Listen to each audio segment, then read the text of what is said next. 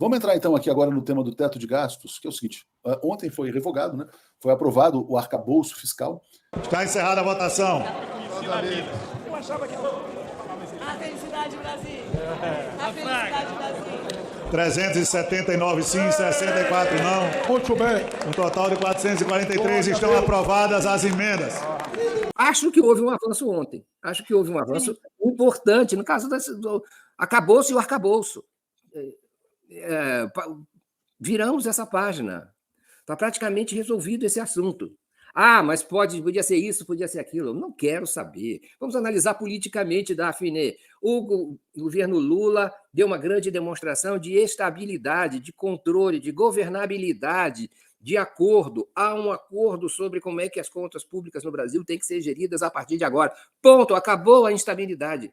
O presidente Lula vai montar um novo ministério, provavelmente vai montar um novo ministério, com algumas mudanças aqui e ali, mas essa negociação existe, ela está ativa, ela está forte. Não é mais um período de instabilidade, de dúvidas sobre si. Agora, o Brasil está de pé, pronto para aprovar o orçamento do ano que vem. Não foi o que foi aprovado ontem, foi aprovada ontem uma nova regra fiscal, né? Um novo tipo de acerto entre gastos e investimentos, limites segundo o crescimento da inflação e da arrecadação.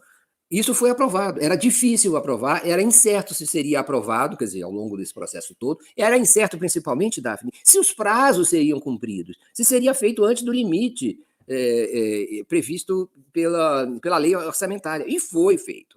O Brasil virou essa página, o presidente Lula está fora do país, juntou a base necessária de votos para alcançar isso. É pouco? É fundamental como sinalização em relação a, digamos assim, a saúde política do governo. Não é?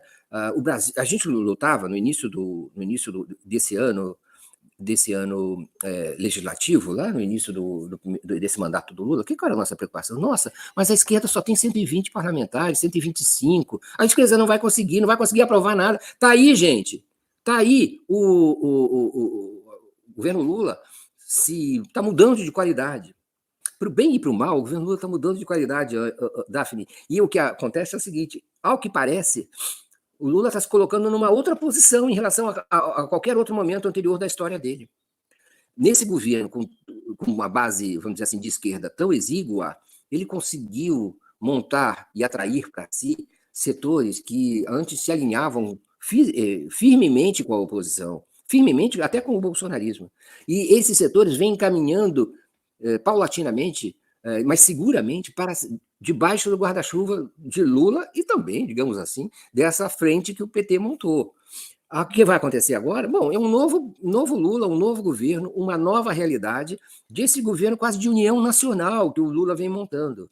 É pela primeira vez um governo tão explicitamente diversificado, como talvez jamais tenha acontecido antes na história, no Brasil, mesmo nos mandatos anteriores do presidente Lula. A gente precisa ficar prestando atenção naquilo que está acontecendo, para além do noticiário. Há uma mudança sociológica na composição desse governo. E o Lula se apresenta como o cara capaz de atrair e manter e também conseguir rechear de confiança esse amálgama que ele está criando, que vai da direita até a extrema esquerda. É isso simplesmente o que está acontecendo agora do ponto de vista político. A gente não pode ficar só ligado em meia dúzia de tostões importantes que o Lula angariou para manter o seu programa de governo, programa social e tudo mais. Mas o mais importante talvez seja essa armação política, que não depende só do Lula, é também construção daqueles que vêm se aproximando dele e que vêm entendendo que é viável trabalhar junto com o PT e com o governo de uma maneira que construa. Essa que é a transição fundamental que vai da pedalada até o arcabouço. O arcabouço fiscal é muito interessante, porque o governo só pode aumentar as despesas acima da inflação se a arrecadação crescer. Como é que o Haddad vai fazer a arrecadação crescer? Ele tem que tributar os ricos, né? Porque os pobres já estão esfolados.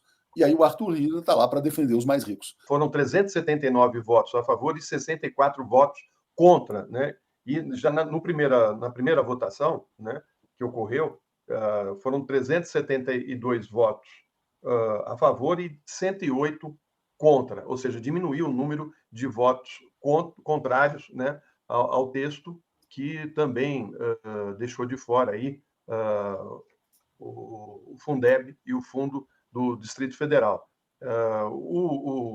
A margem de recursos para o governo é pequena e ele necessita ampliar dentro daquilo que é possível. Então, o que o Haddad está propondo? Ele vai propor uma medida provisória para tentar taxar os fundos, né, em offshores que os brasileiros têm, né, como o Paulo Guedes, fora do país. Mais do que isso. Na verdade, tem fundos offshore, mas tem fundos que eles chamam de onshore. Porque você tem, por exemplo, um bilionário no Brasil, ele cria um fundo exclusivo dentro do Brasil e não paga imposto.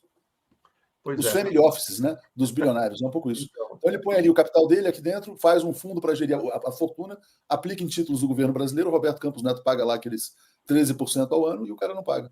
Então, são 2,5 mil brasileiros, olha só, 2.500 pessoas ou brasileiros que aplicam nesses fundos, né, Léo? E eles têm um patrimônio acumulado de quase 757 bilhões de reais, né? E respondem por 12,3% da indústria de fundos no país.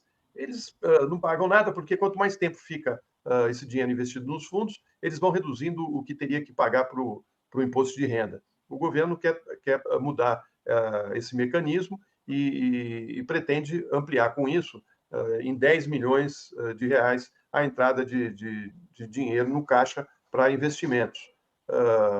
Ele teve que fazer isso, vai propor uma medida provisória, porque houve um posicionamento do Lira em defesa desse seleto grupo que é mais importante que os 200 milhões de brasileiros que vivem do trabalho ou em trabalhos precários.